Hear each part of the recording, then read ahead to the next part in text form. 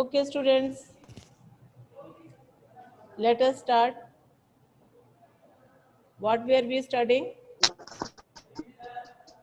Yesterday we were studying about the sectors Ma'am, of economic. ठीक है, good morning. अब चलो पढ़ने के लिए तैयार हो जाओ। कल हम लोगों ने प्राइमरी सेक्टर देखा था। yesterday we have studied about the primary sector and I think you have understood. Today we shall start the secondary sector, second sector, है ना? प्राइमरी सेकेंडरी पढ़ा रही थी। हाँ, सेकेंडरी पढ़ा रहे थे, तो उसी सेकेंडरी को आज फिर से स्टार्ट करते हैं। ठीक है, चलिए। सेकेंडरी सेक्टर को एक और भी नाम कहा है। कौन सा नाम दिया गया है, बोलो? एग्रीकल्चर।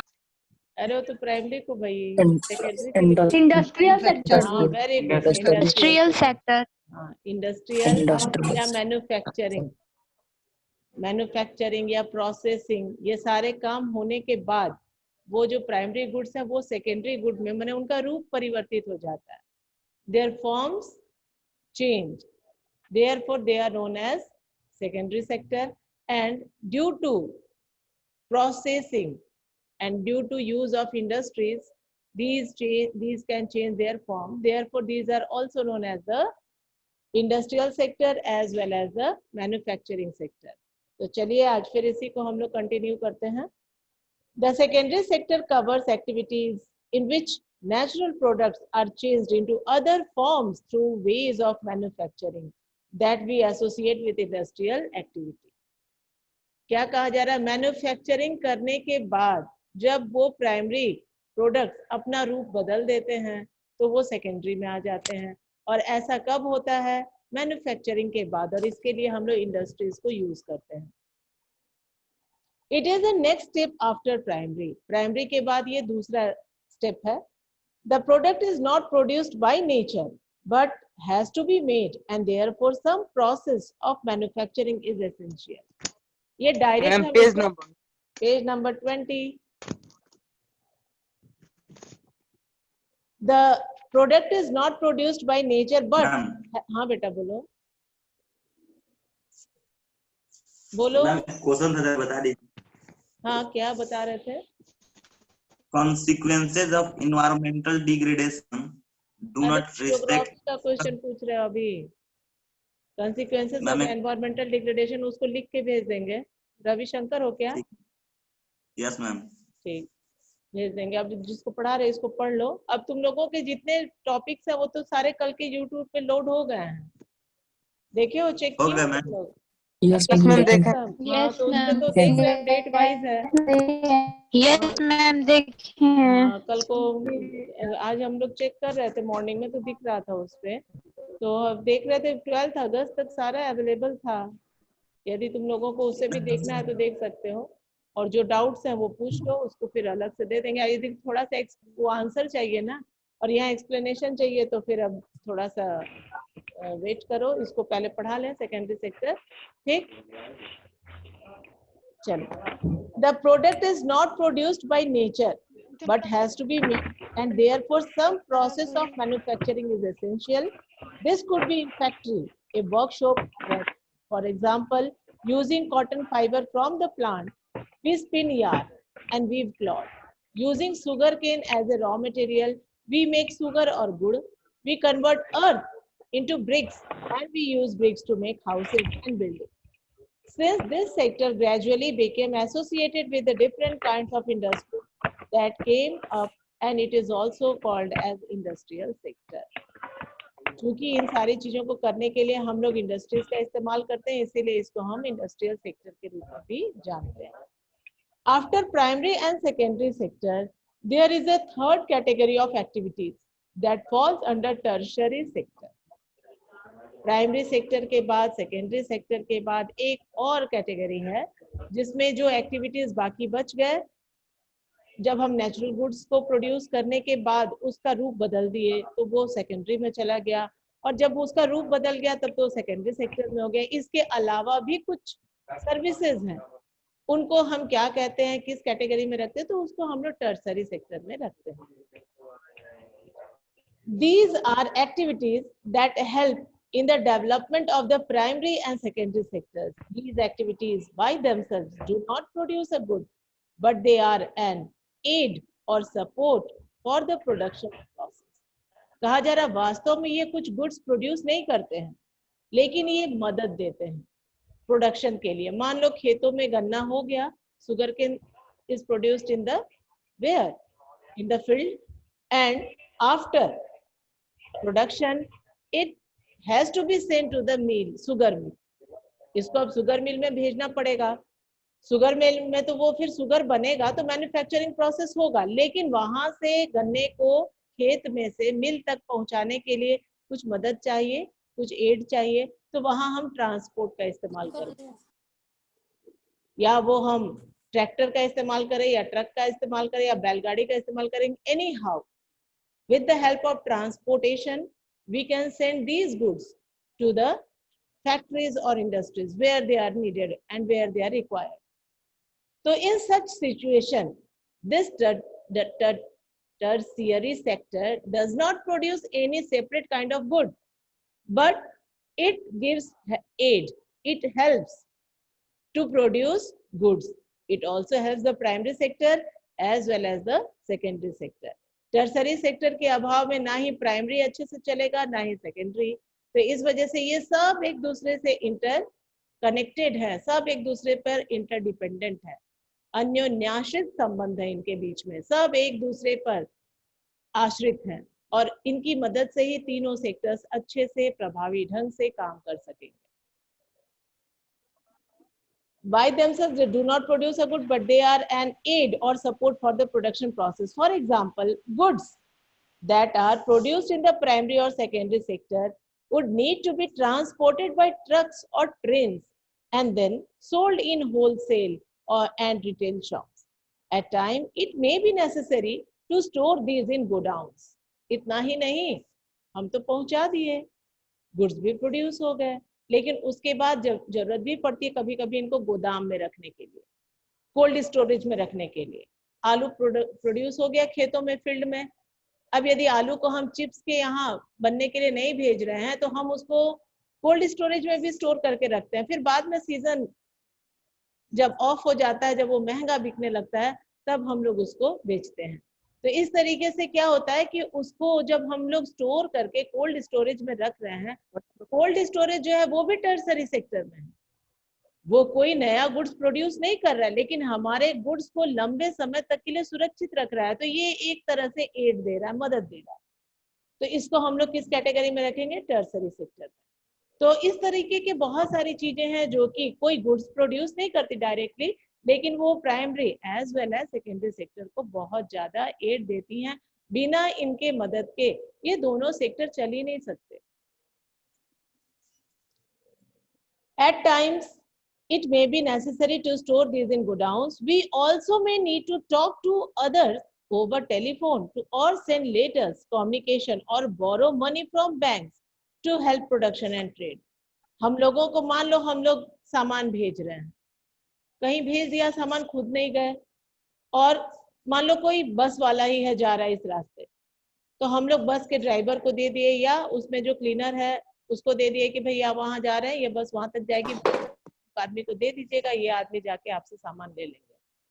और वहां हम लोग तो खुद गए नहीं, उस आदमी तक पहुंचाया नहीं, और वो आदमी को उससे सामान लेना है तो हम लोग क्या करते, कम्युनिकेट कर देते, फोन कर दिया, बोल देते कि अमुक बस से बस नंबर इतनी है, या ये बस है सूर्यवंशी है, सूर्या है, उससे हम सामान भेज रहे हैं, आप जा करके वहां पर ले लीजिएगा, इतने बजे वो बस पहुंच जाएगी. तो हमारे गए बगैर ही वो हमारा भेजा हुआ मटेरियल जो हमने सेंड किया वो पहुंच गया, और जो वहां रिसीवर था उसने रिसीव कर लिया.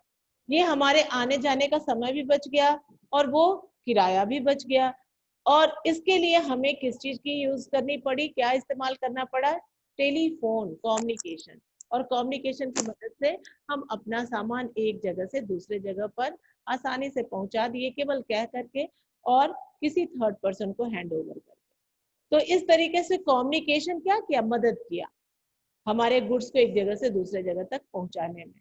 इसी तरीके से लेटर्स हैं, जैसे डाक तार है, डाक है, पहले तार था, अब तो तार को, टेलीग्राम को हटा दिया गया, पोस्टल है. अभी बहुत सारी चीजें जो है वो जाती हैं पोस्टल के माध्यम से। तुम लोग पढ़ोगे उस first class mail, second class mail, third class mail, ये सारा अभी पढ़ोगे, ग्रीन चैनल, ये सब चीजें तुम्हारे सेवेंथ लेसन में है ज्योग्राफी के, the life line of national economy, उसमें यही है ट्रांसपोर्ट एंड कम्युनिकेशन। तो वो टर्सरी सेक्टर को ही बताएगा। ज्योग्राफी का जब तुम लोग पढ़ोगे माइनिंग, तो उसमें वो प्राइमरी सेक्टर को बताएगा। जैसा अभी हम लोगों ने चर्चा की, मतलब ज्योग्राफी जो है वो भी इंटरडिपेंडेंट है इकोनॉमिक्स से। स्टार्टिंग के जो अभी हम लोग पढ़ रहे हैं लेसन, तो उसमें हम लोगों ने रिसोर्स पढ़ा, उसके बाद एग्रीकल्चर पढ़े, तो एग्रीकल्चर क्या है, प्राइमरी है, प्राइमरी सेक्टर का है। उसके बाद फिर हम लोग पढ़ेंगे कि मिनरल एंड एनर्जी रिसोर्सेज, तो वो भी रिसोर्स है, तो मिनरल कहाँ से निकलते हैं, माइन से निकलते हैं, तो भी प्राइमरी में आएगा। फिर उसके बाद है मैन्युफैक्चरिंग इंडस्ट्रीज, तो मैन्युफैक्चरिंग इंडस्ट्रीज में यही सेकेंडरी सेक्टर आ जाएगा। और उसके बाद है life line of national economy, तो उसमें टर्सरी है कम्युनिकेशन, ट्रेड और ये रोडवेज, रेलवेज, और लास्ट टॉपिक है टूरिज्म एज ट्रेड। तो ये सब टर्सरी सेक्टर है। तो वैसे यहाँ पे तुम्हें एग्जांपल दिया गया है कि जैसे गोडाउन हो गया तुम्हारा, या बैंक्स हो गए, या ट्रांसपोर्ट हो गया, तो स्टोरेज हुआ, communication, banking, trade, all these are examples of the tertiary activity. Since these activities generate services rather than goods, ये क्या करती हैं, सर्विसेज देती हैं, सेवाएं देती हैं, ये सामान नहीं देती। The tertiary sector is also called the service sector, इसीलिए टर्सरी सेक्टर को सर्विस सेक्टर भी कहा जाता है। बच्चों यहाँ एकदम क्लियर होना चाहिए, प्राइमरी सेक्टर का दूसरा नाम क्या है, agriculture and related sector. Secondary sector का दूसरा नाम है इंडस्ट्रियल सेक्टर, कभी कभी इसको हम लोग मैन्युफैक्चरिंग सेक्टर भी कह देते हैं, लेकिन इसका नाम जैसे तुम्हारे बुक में बोल्ड लेटर में दिया उसको याद रख लेना, इंडस्ट्रियल सेक्टर कहा जाता है। और टर्सरी सेक्टर को हम क्या कहते हैं, सर्विस सेक्टर। सर्विस सेक्टर, हाँ, सर्विस सेक्टर। बस अब आगे चलिए। Service sector also includes some essential services that may not directly help in the production of goods. For example, we require teachers, doctors, and those who provide personal services such as washerman, barber, cobblers, lawyers, and people to do administrative and accounting work. अब ये लोग भी तो काम करते हैं, इनकी भी जरूरत पड़ती है, इन्हें भी नौकरियां दी जाती हैं। तो ये क्या कुछ गुड्स प्रोड्यूस नहीं कर रहे हैं, लेकिन ये क्या कर रही हैं, ये सारी सेवाएं देने वाली सर्विसेज हैं, और ये सर्विस सेक्टर्स में आते हैं, टर्सरी सेक्टर में आते हैं।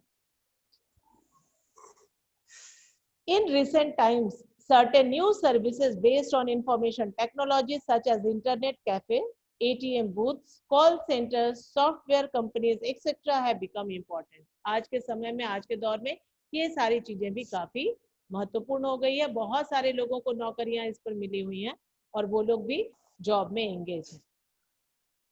अब students here given one table and you have to fill the options what you like.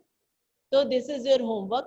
See here on the page number 21, यहाँ एक दिया गया है टेबल जिसमें दिया गया examples of economic activities, और वहां पे एक एग्जाम्पल तुम्हें दे दिया गया है, ऊपर में उसको दिया है कि वो क्या भरना है, तो दिया गया है अच्छे से। इस तरह के टेबल्स तुम्हारे लिए बहुत इंपॉर्टेंट है बेटा, एग्जाम में बहुत ज्यादा पूछे जाते क्वेश्चन इसमें से, इसीलिए आप खुद से उसको प्रिपेयर कीजिए, समझ में नहीं आता तो फिर पूछ लीजिए। दिया गया है यहाँ पे economic activities though are group into 3 different categories are highly interdependent, एक दूसरे से वो आश्रित है, अन्योन्याश्रित संबंध है, सब एक दूसरे से इंटरडिपेंडेंट है, रिलेटेड है। Let us look at some examples, चलिए कुछ उदाहरण को हम यहाँ देखते हैं। तो यहाँ पे एक तो तुम्हें करके दिखा दिया गया है, बाकी 3 तुम्हारे लिए छोड़ दिया गया है, इसे आप होमवर्क में करेंगे, बहुत इजी है, मुझे नहीं लगता कि आपको परेशानी होगी। पहला देख लेते क्या दिया गया है, imagine what would happen, third वाला फार्मर्स बाय मेनी गुड्स, ये such as tractor, pump set, में टर्सरी होगा। तो वही तो कह रहे हैं कि देखो क्या है, तुम लोग खुद से उसको थोड़ा सा पढ़ो, दिमाग लगाओ, तब ना दिमाग अच्छे से काम करेगा। जानते हो दिमाग को जितना हम रगड़ते हैं उतना वो शार्प होता है, जस्ट लाइक छुरी, चाकू, नाइफ, जितना उसको धार करते हैं, जितना उसको घिसते हैं उतना वो धार हो जाता है। वैसे जितना धारदार दिमाग रहेगा उतना ही अच्छे से फट फट कोई भी चीजें याद होंगी, फटाफट किसी भी पजल को सॉल्व कर लोगे, किसी भी आंसर के लिए क्विक आंसर दोगे। तो उसके लिए दिमाग को इस्तेमाल करो, छोड़ दोगे तो भोथा लग जाएगा, जंग लग जाएगा, खराब हो जाएगा। जस्ट लाइक द नाइफ, छुरी को छोड़ देंगे, उसे काम लेना, उसको धार करना, तो उसमें जंग लग के बेकार हो जाएगा, कुछ नहीं कटेगा। वही हाल तुम्हारे दिमाग का है, इस्तेमाल करते रहो और अच्छी चीजों पर। तो इसीलिए ये होमवर्क दिया गया, आप इसको थोड़ा सा खुद से ट्राई करके देखिए, नहीं आता है तब पूछिए, ठीक। तो पहला एग्जांपल दे ही दिया है, imagine what would happen if farmers refuse to sell sugarcane to a particular sugar mill, the mill will have to shut down. क्या कह रहा है कि मान लो, कल्पना कीजिए क्या होगा यदि किसान मना कर दें कि हम इस शुगर मिल में, पर्टिकुलर किसी एक शुगर मिल के लिए मना कर दें कि हम अपने ईख को, गन्ना को इस शुगर मिल में नहीं भेजेंगे, तो क्या होगा? उस मिल को बंद करना पड़ेगा। तो वही यहाँ पे दिया रहा है, व्हाट डज दिस शो, ये क्या बताता है, क्या दिखाता है हमें? बता रहा है this is an example of the secondary or industrial sector being dependent on the primary. यहाँ दिखा रहा है कि यदि नहीं भेजा गया वहां गन्ना, तो वो फैक्ट्री बंद हो गई, वो इंडस्ट्री बंद हो गई, वो मिल बंद हो गई। इसका मतलब है कि वो टोटली प्राइमरी सेक्टर पर डिपेंड है। यदि प्राइमरी सेक्टर उन्हें रॉ मटेरियल प्रोवाइड नहीं कराया, तो ऐसा अवसर आया कि उसे बंद करना पड़ा, है ना। वैसे ही ये सब दूसरे तीसरे एग्जाम्पल्स दिए गए हैं, इसको आप देख लीजिए, जहां दिक्कत है पूछ लीजिएगा। उसी तरीके से नीचे दिया गया, let's work these out.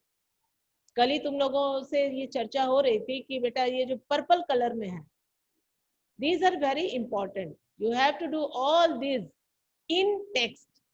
Text के अंदर जो एक्सरसाइजेस हैं, बार बार इसको करिए, प्रयास कीजिए, इसमें से बहुत सारी चीजें तुम्हारे मैच हो जाती है एग्जाम्स में, तो इसको भी कर लेना। दिक्कत है मैम तो इन टेस्ट क्वेश्चन है। हाँ, ये इन टेक्स्ट क्वेश्चन है, let us work these out, इसको कर लेना। दिक्कत है तो बोलो, बता दें, वरना अब आगे चला जाए। मैम फोर्थ वाला बता दीजिए, मैम फोर्थ वाला। फोर्थ वाला, students yes in a ma'am. School. Ma'am let's work this out. हाँ, वही तो बोल रहे हैं, students in a school yes are often classified into primary and secondary or junior and senior. What is the criterion that is used? Do you think this is a useful classification? Discuss. कहा जा रहा है कि जब school में बच्चे अक्सर primary, secondary या जूनियर या सीनियर में बांट दिए जाते हैं। जूनियर मतलब प्राइमरी वाले और सीनियर मतलब सेकेंडरी वाले। प्राइमरी का मतलब सेकेंडरी वाले। प्राइमरी का मतलब सेकेंडरी वाले नहीं, प्राइमरी का मतलब 5th तक के बच्चे, ठीक है। तो अब हाँ, प्राइमरी का मतलब 5th तक के बच्चे। कल को हम लोगों ने इसके ऊपर चर्चा किया था। क्या चर्चा किया था हम लोगों ने कि जैसे प्राइमरी सेक्टर है, वो क्या है, वो बेस है, बेसिक इंडस्ट्री, बेस किसी भी इंडस्ट्री का, चाहे वो रॉ मटेरियल ये एग्रो बेस्ड हो, चाहे वो मिनरल बेस्ड हो। क्योंकि वो यदि प्राइमरी सेक्टर से नहीं आएगा तो उसको हम कैसे मैन्युफैक्चर करेंगे, और इंडस्ट्रीज में वो कैसे काम आएंगे? तो वो बेस जरूरी है। यदि वो बेस नहीं होगा तो फिर इंडस्ट्रीज काम नहीं कर पाएंगे। ठीक उसी तरीके से प्राइमरी स्कूल है, यदि बच्चों को प्राइमरी का ज्ञान नहीं होगा, बेसिक शिक्षा नहीं होगी, उनके पास बेस नहीं होगा, क ख ग घ नहीं जानेंगे, ABCD नहीं जानेंगे, अल्फाबेट्स नहीं जानेंगे, तो उसको वर्ड और सेंटेंस कैसे बनाएंगे? तो इसी वजह से वो बेस है, उतना तो जानना ही है। उसके बाद फिर सेकेंडरी लेवल पर आगे की पढ़ाई होती है। तो जितना भी सेकेंडरी लेवल है, जैसे इंडस्ट्रीज की तरह, वो आश्रित है उस पर, प्राइमरी पर। तो उसी तरीके से 1 2 जो अभी तो इसको प्री प्राइमरी भी कर दिया गया है ना, LKG UKG और 5+5 हो गया है। उसके बाद क्या है, 5+2 है ना, 3 है, फिर 2 है, फिर 3 है, फिर 4 है ना, 4 4 new education. No ma'am, new education policy होगा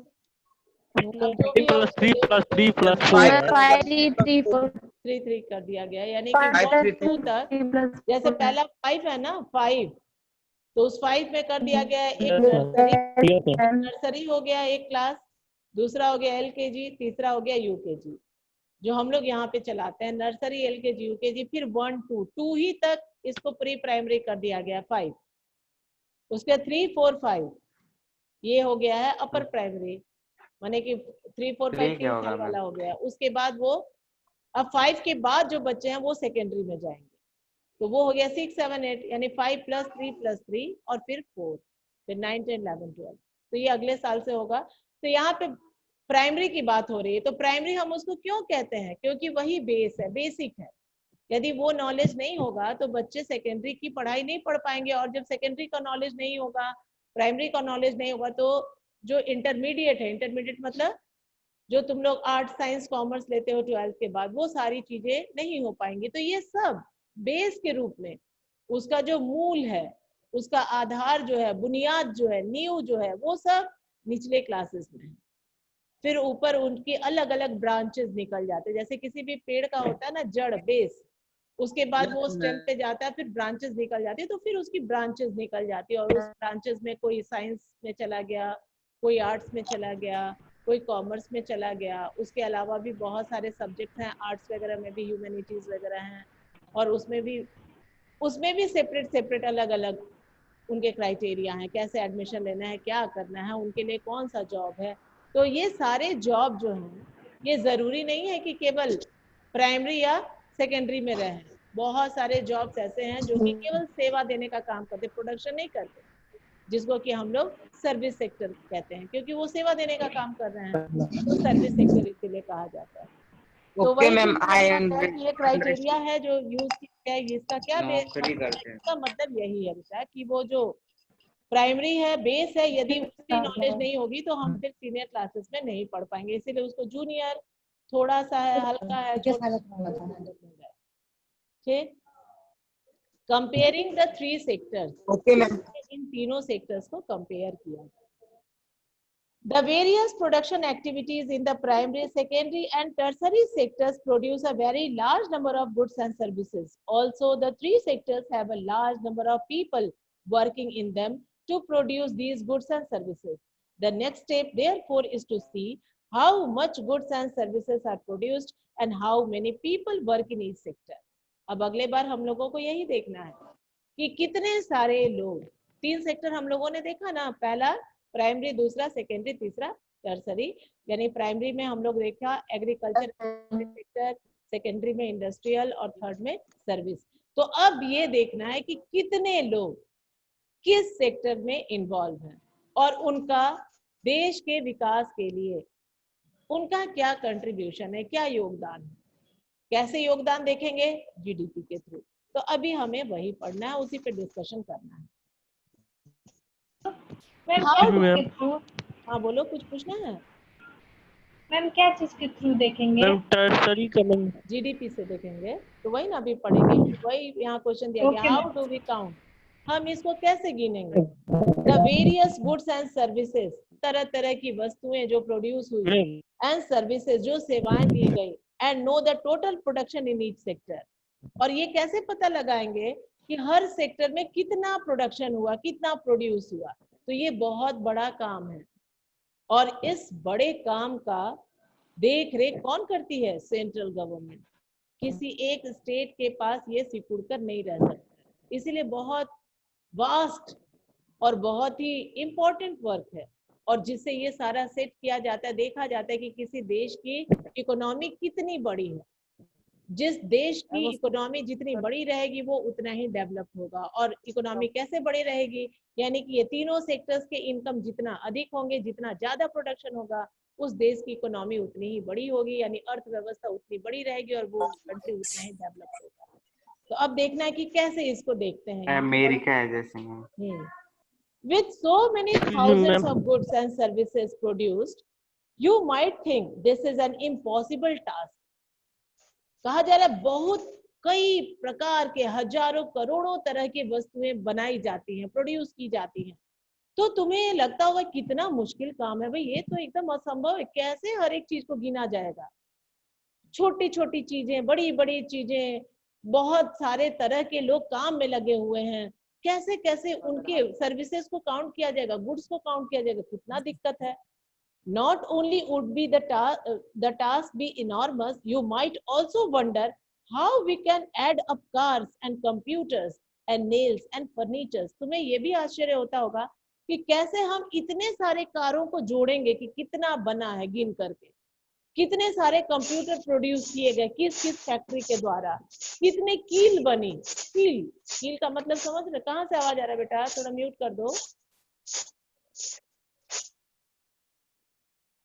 तो ये नेल्स, नेल्स मतलब कीलें, कितनी कील, अब सोचो जिसको कटिया तुम लोग कहते हो, कांटी, छोटे छोटे कील, ये कील कितने प्रोड्यूस हुए, कौन इसको गिनेगा, कैसे पता चलेगा? और कितने फर्नीचर बने उस कील के प्रयोग से, इस्तेमाल से हम फर्नीचर्स को तैयार करते हैं। तो कितने नेल्स बने, कितने फर्नीचर्स बने, ये सब कैसे गिना जाएगा, कैसे इसकी गणना की जाएगी, कैसे पता लगाया जाएगा, काउंटिंग कैसे होगी? It won't make a sense. क्या ये अजीब नहीं लगता है कि इतना हम कैसे काउंट कर लेंगे? क्या ये संभव है? ये तो इम्पॉसिबल ही होगा। तो यहाँ कहा जा रहा है you are right in thinking so, तुम सही सोच रहे हो, बड़ा मुश्किल काम है। To get around this problem, economist suggest that the values of goods and services should be used rather than adding up the actual number. देखो यही चीज ध्यान देना है यहाँ। जो अर्थशास्त्री है, इकोनॉमिस्ट, क्या सजेस्ट करते हैं? Value of goods and services. उस गुड का कितना वैल्यू हुआ और उस सेवा का क्या वैल्यू है, कितना वैल्यू मिला, उसका मूल्य क्या हुआ, इसी को गिना जाए, इसी को काउंट किया जाए, rather than adding up the actual number. वास्तव में कितना कील निकला ये गिनने की जरूरत नहीं, हमें ये देखना है कि उसको हम कहाँ का इस्तेमाल कर दिया और उसका कुल मिलाकर कितना पैसा आया, उसका वैल्यू क्या हुआ। फॉर एग्जाम्पल, उदाहरण के लिए ध्यान से सुनो, समझो, और यदि दिक्कत होती तो फिर से उसको पढ़ो, और फिर यदि दिक्कत होती तो फिर पूछो। If 10,000 kgs of wheat is sold at ₹8 per kg, मान लो उदाहरण के लिए 10,000 किलो गेहूं 8 रुपए किलो करके बेचा जा रहा है, और क्या हो रहा है? द वैल्यू ऑफ व्हीट, जो गेहूं का वैल्यू है, मूल्य है, वो कितना हो जाएगा? 80,000। 8 रुपए किलो करके 10,000 किलो बेचा जा रहा है, 80,000 हो जाएगा। The value of 500 coconuts at ₹10 per coconut will be 50,000. Similarly, the value of goods and services in the three sectors are calculated and then added up. इसी तरीके से तीनों ही सेक्टर में उस गुड का कितना दाम हुआ, जैसे अब यहाँ पे हम 10,000 किलो फिर 8 ऐसे करके नहीं गिनेंगे, उसको कैलकुलेट कर लिया कि अच्छा 10,000 किलो है गेहूं तो 8 रुपए पर किलो बिका, तो इसका कितना दाम हुआ, यानी मूल्य, वैल्यू, उसका हम काउंट कर लिए। उसी तरीके से कोकोनट का भी वैल्यू काउंट कर लिए, और इन्हीं तरह से वैल्यूज को ही हम काउंट करते, चाहे वो गुड्स हो या वो सर्विसेज हो। रिमेंबर, याद रखिए, देयर इज वन प्रिकॉशन, एक सावधानी भी है जो हमें लेना है ये कैलकुलेशन के समय। Remember, there is one precaution one has to take. Not every good for service, not every good or service that is produced and sold needs to be counted. हर सेवा को या हर वस्तु की गिनने की जरूरत नहीं है, वरना वो कई बार काउंट हो जाएगा। हमें क्या करना है? हमें केवल फाइनल गुड्स और सर्विसेज को गिनना है। We have to count only final goods and services. It makes sense only to include the final goods and services. Take for instance, a farmer who sells wheat to a flour mill for ₹8 per kg. The mill grinds the wheat and sells the flour to a biscuit company for rupees 10 per kg. The biscuit company uses the flour and things such as sugar and oil to make 4 packets of biscuit. मान लो जो गेहूं बेचने वाला गेहूं तो बेच दिया 8 रुपए किलो, फिर वो क्या हुआ, वो उसको पिसाएगा, आटा बनाएगा, तभी तो उसका बिस्किट तैयार होगा। तो यदि वो उसको पिसाई ले करके बिस्किट को हम आटा बनाने के बाद यदि बिस्किट वाले कंपनी को 10 रुपए पर केजी बेचते हैं, यानी कि 8 रुपए तो आटा का दाम और 8 रुपए तो गेहूं का दाम और 2 रुपए पिसाई उसकी लग गई। तो इस तरीके से आटे को कैसे बेचा, वो फ्लोर को 10 रुपए पर केजी। तो फिर बिस्किट कंपनी क्या कर रही है कि आटा तो ले ही ली, साथ ही उसने चीनी को भी मिलाया और साथ ही उसमें तेल भी मिलाया और 4 पैकेट बिस्किट उसने तैयार किया। अब ये बिस्किट कितने का बाजार में बेच रही है, एक कंज्यूमर को ये बिस्किट 60 रुपया का बेच रही है, यानी कि 15 रुपया पर पैकेट। एक पैकेट में उसके 4 पैकेट बिस्किट्स हैं छोटे छोटे, जो कि 15 रुपया का एक पैकेट आ रहा है।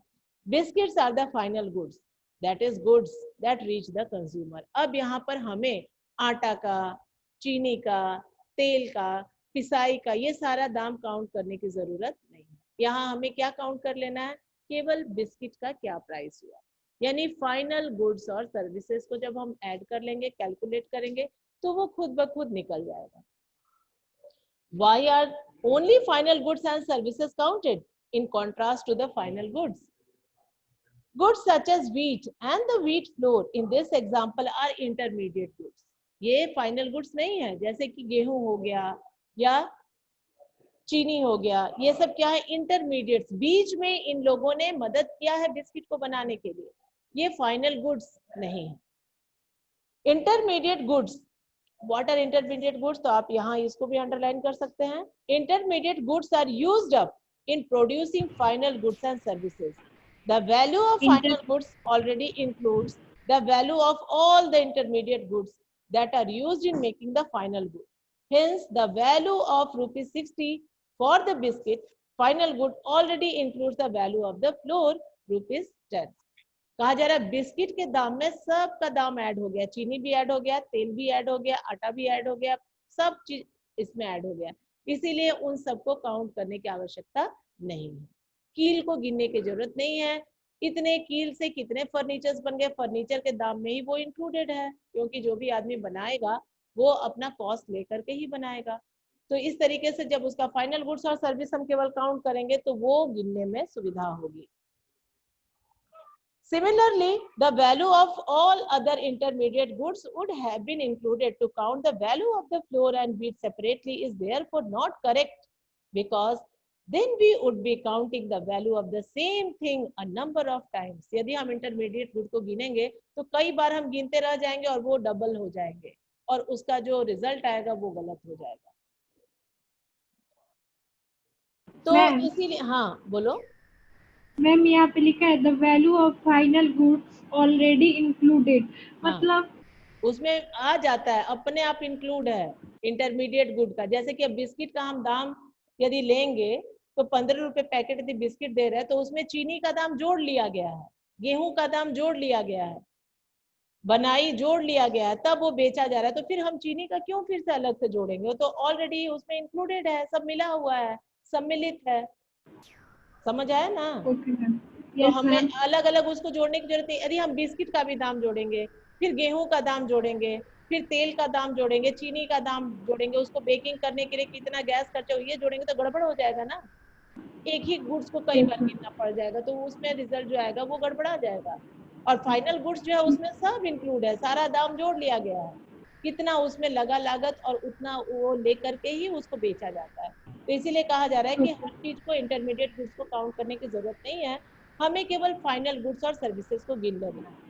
अब यहाँ पे बोल्ड लेटर्स में दिए गए, इसको आप याद कर लेंगे। The value of final goods and services produced in each sector, एकदम हम थम के रुक के पढ़ा रहे तुम लोग को कि हर चीज क्लियर हो जाए।